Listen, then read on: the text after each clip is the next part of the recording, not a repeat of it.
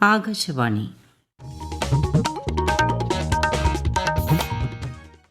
നമസ്കാരം. പ്രാദേശിക വാർത്തകൾ വായിക്കുന്നത് ശ്രീലത.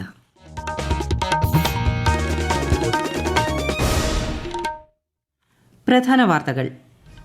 5 സംസ്ഥാനങ്ങളിൽ പ്രധാനമന്ത്രി നരേന്ദ്രമോദിയുടെ സന്ദർശനം പുരോഗമിക്കുന്നു. തമിഴ്നാട്ടിലെ കൽപ്പാക്കത്ത് ആണവ റിയാക്ടർ ഭവിനിയിൽ പ്രധാനമന്ത്രി സന്ദർശനം നടത്തി. നവീകരിച്ച CMO പോർട്ടലിന്റെ ഉദ്ഘാടനം മുഖ്യമന്ത്രി പിണറായി വിജയൻ നിർവഹിച്ചു. മലയാളത്തിനു പുറമെ ഇംഗ്ലീഷിലും പുതിയ പതിപ്പ് ലഭ്യമാകും. സംസ്ഥാനത്തെ മലയോര മേഖലകളിൽ വന്യജീവി ആക്രമണത്തിന് ഇരയാകുന്നവർക്കും മരണപ്പെട്ടവരുടെ കുടുംബത്തിനും ആവശ്യമായ സഹായങ്ങൾ നൽകുമെന്ന് മന്ത്രി AK ശശീന്ദ്രൻ. സംസ്ഥാനത്തെ സാഹസിക ടൂറിസം മേഖല വളർച്ചയുടെ പാതയിലാണെന്ന് മന്ത്രി PA മുഹമ്മദ് റിയാസ്. വനിതാ പ്രീമിയർ ലീഗ് ക്രിക്കറ്റിൽ ഇന്ന് UP വാറിയേഴ്സ് റോയൽ ചലഞ്ചേഴ്സ് ബാംഗ്ലൂരിനെ നേരിടും. വാർത്തകൾ വിശദമായി.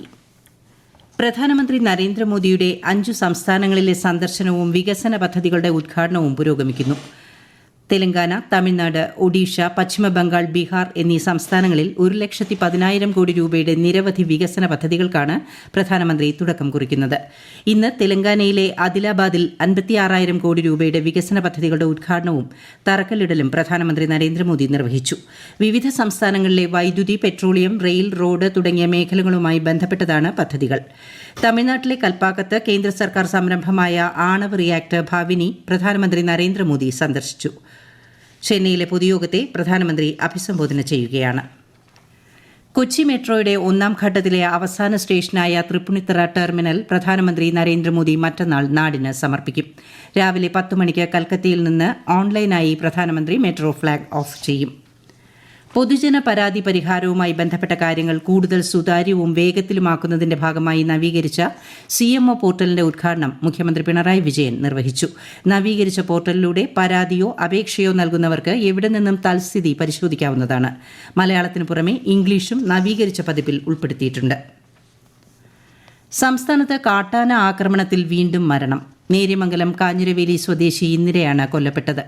സംഭവം അറിഞ്ഞ ഉടൻ കോതമംഗലം ടൌണിൽ പ്രതിഷേധിച്ച ബന്ധുക്കളെയും വിവിധ സംഘടനാ പ്രതിനിധികളെയും നീക്കം ചെയ്ത് ബലപ്രയോഗത്തിലൂടെയാണ് പോലീസ് മൃതദേഹം ആശുപത്രിയിലെത്തിച്ചത്. ഇൻക്വസ്റ്റ് നടപടികൾ പൂർത്തിയാക്കി മൃതദേഹം ബന്ധുക്കൾക്ക് വിട്ടുകൊടുത്തു. നേര്യമംഗലത്ത് കാട്ടാനയുടെ ആക്രമണത്തിൽ കൊല്ലപ്പെട്ട സ്ത്രീയുടെ മൃതദേഹം കോൺഗ്രസ് പ്രവർത്തകർ മോർച്ചറിയിൽ കയറി ബലമായി എടുത്തുകൊണ്ടുപോയത് ഗൌരവകരമാണെന്ന് മന്ത്രി P രാജീവ്. ഇൻക്വസ്റ്റ് നടപടികൾക്കിടെയാണ് മൃതദേഹം കൊണ്ടുപോയത്. ഇത് തെറ്റായ സന്ദേശം നൽകും. ഇത്തരം സംഭവങ്ങളിൽ രാഷ്ട്രീയ താൽപര്യം മാത്രമാണ് ലക്ഷ്യമെന്നും P രാജീവ് കൊച്ചിയിൽ പറഞ്ഞു.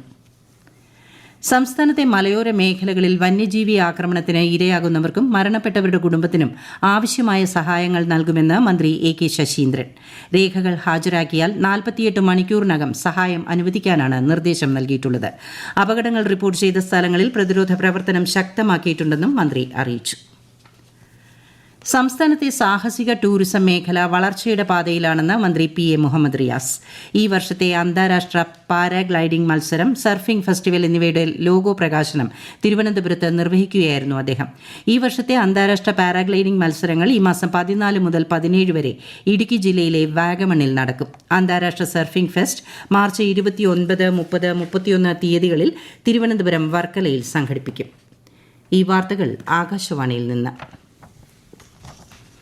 വരാനിരിക്കുന്ന പൊതുതെരഞ്ഞെടുപ്പിൽ പ്രായപൂർത്തി വോട്ടവകാശമുള്ള എല്ലാവരും തങ്ങളുടെ സമ്മതിദാന അവകാശം വിനിയോഗിക്കണമെന്ന് ചലച്ചിത്ര താരവും അധ്യാപകനുമായ സുധീർ കരമന ആകാശവാണി വാർത്തകളോട് പറഞ്ഞു.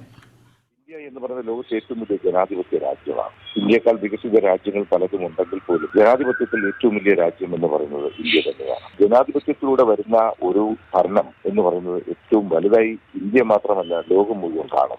ചെയ്യാനുള്ള ഒരു പൗരന്റെ അവകാശം ആരംഭിക്കുന്നത് 18ാമത്തെ വയസ്സിലാണ്. അപ്പോ ആദ്യത്തെ വോട്ട് നമ്മൾ ജീവിതത്തിൽ ഒരിക്കലും മറക്കില്ല.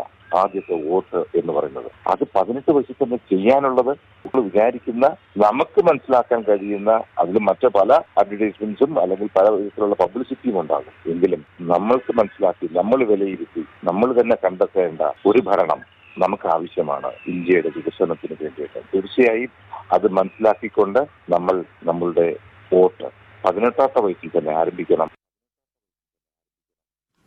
പൊതു തെരഞ്ഞെടുപ്പിനോടനുബന്ധിച്ച് സംസ്ഥാനത്തെ ലോക്സഭാ മണ്ഡലങ്ങളെക്കുറിച്ച് ആകാശവാണി തിരുവനന്തപുരം വാർത്താവിഭാഗം തയ്യാറാക്കിയ പ്രത്യേക പരിപാടി ഭാരത് വികാസ് ഡയറി എല്ലാ ദിവസവും രാത്രി 8 മണിക്ക് പ്രക്ഷേപണം ചെയ്യുന്നതാണ്. വനിതാ പ്രീമിയർ ലീഗ് ക്രിക്കറ്റിൽ ഇന്ന് UP വാറിയേഴ്സ് റോയൽ ചലഞ്ചേഴ്സ് ബാംഗ്ലൂരിനെ നേരിടും. ബംഗളൂരുവിലെ M. ചിന്നസ്വാമി സ്റ്റേഡിയത്തിൽ വൈകിട്ട് 7:30-നാണ് മത്സരം. Santosh Trophy football quarter final മത്സരങ്ങൾക്ക് ഇന്ന് തുടക്കമാവും.